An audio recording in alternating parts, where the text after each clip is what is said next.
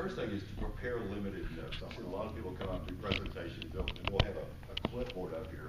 They'll forget what's going on, by the time they go look, it's so cluttered that they sort of lose where they're at. Go ahead and make little small notes like this. Make sure there's a lot of white space on your notes. So if you do get lost, you can easily just look down and find the key word that you're looking for. Just keep going. Connect your notes to your slides. You want to make sure that what you're saying, or for your notes, you want to make sure that what you're talking about in your notes are connected to your slides also. One thing to do, two ways to do that is to use Note Page, which everyone's familiar with the idea of notes on the bottom. But one good way to do that is presenter mode. You can actually hook up your PowerPoint or set your PowerPoint to view for presenter mode, and that way, if you're at a pedestal, you can be reading the note pages, but your audience is actually just seeing your slides only. Okay, rehearse your presentation. Not only do you want to rehearse the presentation with the slides, you want to rehearse the message you're giving out. You want to rehearse without your slides first. That way you become very familiar with your presentation, because just reading it and just reading it off your slides doesn't make you familiar with it. That way, after the meeting, if someone wants to talk to you about it, you already have your note page. You're very familiar with your subject, so you already know. If someone has questions, well, that wasn't in the presentation. You're already familiar. You're an expert with that. Time and rehearsal. One of the things that really irritate me when I go to meetings, if I know presentations are going up, a lot of meetings are set up where there's 3 or 4 meetings a day, and there's somebody presenting on each one. And there's always one person that sets their meeting right before lunch, which is fine, as long as it ends at lunch.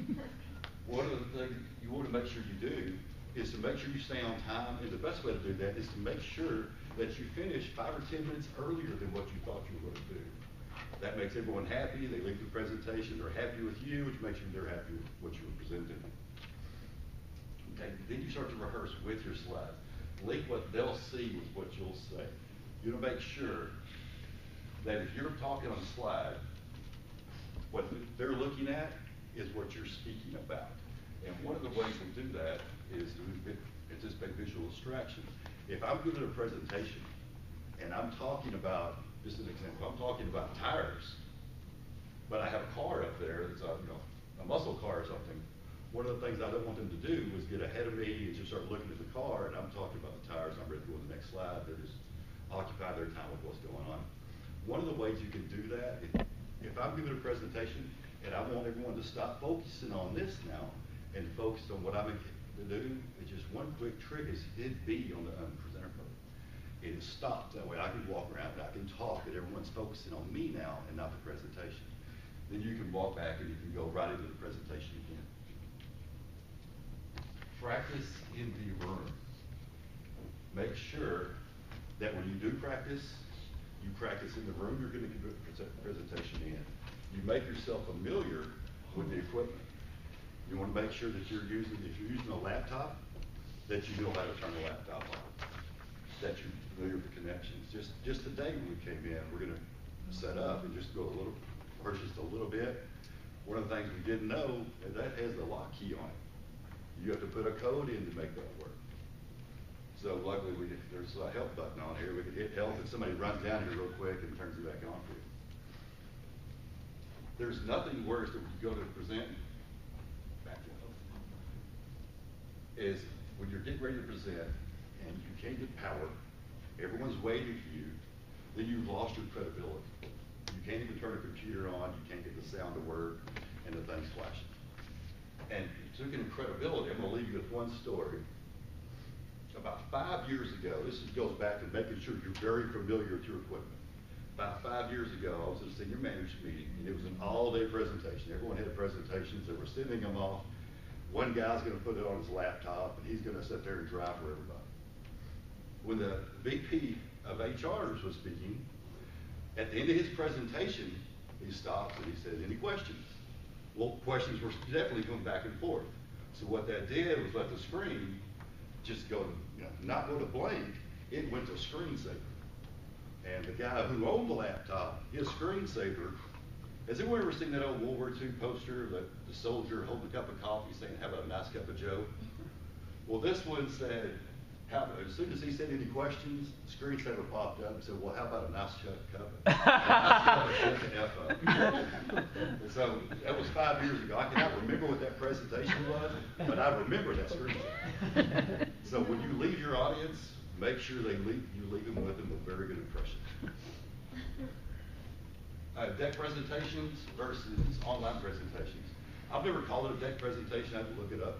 The deck presentation to me was always, if I go to a meeting, I'm passing out examples of the PowerPoint. It has notes on there. One second, keeping track of that. One of the good ideas on that is to put on the front a table of contents. That way you can tell everybody, hey, we're going to start off here. We're going to go down through here. That way somebody says, hey, I remember you said something back on page 9. Everyone can flip back to page 9. Online presentations, there wouldn't do an online presentation to work on. One of the good ways to do that is to start early. Maybe if your presentation starts at noon, have it up by 11:30. That way you can have a little startup screen. Hey, here's what we're going to talk about. Welcome. And you can also pop up and you can see everyone's coming on here. But what that does allow, if you're in a meeting across the country and everyone's on here, you're going to stay connected. Because the first thing everyone's doing, hey, Adrian's on here, and she looks down and she sees Alex. Hey, it's been 3 years since they've ever got back together. So a lot of these things have instant messenger involved. So they'll be texted back and forth. So what you can do is while you're going along, you know who everyone's there. Just say, when you come to a certain point, it happened to be Adrian's partner talking about Adrian, do you remember the last time we discussed that? That way everyone knows that everyone's connected, everyone's talking, I know who's on there. All right, the last part of chapter 6 is managing your nerves. I get pretty nervous when I speak in front of groups. I don't know about the rest of you. I'm 30 and I still get nervous to this day. So the book kind of lays out some general techniques on how to manage it. The first one is be aware of what makes you nervous. Is it speaking in large groups, small groups, intimate settings, sitting down, standing up? If you're aware of it, you kind of can adjust to, and be more comfortable in those settings. And the second part is analyze your symptoms. And it goes through visible, audible, and undetectable. Invisible is going to be rubbing the fingers or jingling in the pants, things you're doing that the audience can see you do. Your audible is how you speak. Are you too fast? Do you talk too slow? Are you talking too softly? And then undetectable is pounding hard, sweating palms, things like that that you feel. And ways to adjust is you can practice and request feedback. And what that means is practice in front of groups and then get feedback from the group.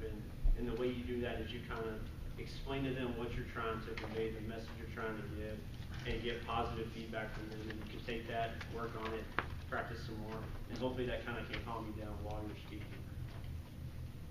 And then it goes through physical and mental ways on how to manage it. Physical is, exercise before your presentation. I don't know if that really works, but it says it can calm you down, slow your heart rate down a little bit, and just relax you overall. Power posing, like he was talking about standing, it makes you feel confident. And then relax and breathe deep breaths.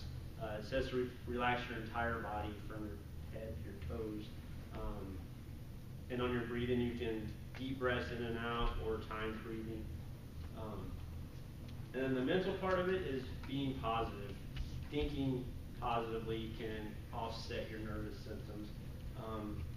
And actually, psychologist Albert Ellis believes people can rationally overcome their nervous systems with the ABC approach, and the idea is to get 2D, which is to dispute the irrational thought.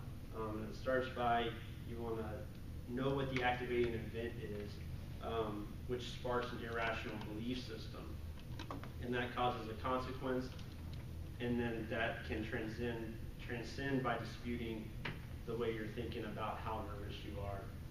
And then connect with the audience. It says be personable with them. If you think of everybody as a person, an individual, greet them, say hello, act like you're talking to each and every person. It can take away from the fact that you're speaking to an audience. And then just to wrap up, you want to communicate confidence and avoid distracting arm gestures. Maintain eye contact and be aware of your facial expressions, vocal traits, and objects around you. Get comfortable and rehearse your presentation. Manage your nerves with some general techniques and prepare physically and mentally for your presentation. Any questions? Okay, why don't we go to the quiz, and will one of you read the quiz questions, please? Okay, quiz, what are 4 examples of distracting gestures to avoid concerning hand and arm gestures? 2, your face plays a crucial role in your nonverbal and delivery style. Your eye contact, blank, and your face communicates. What are the 4 actions to get comfortable with the content and timing? Where is the best place to practice your presentation? And last, what are the general techniques to manage your nerves?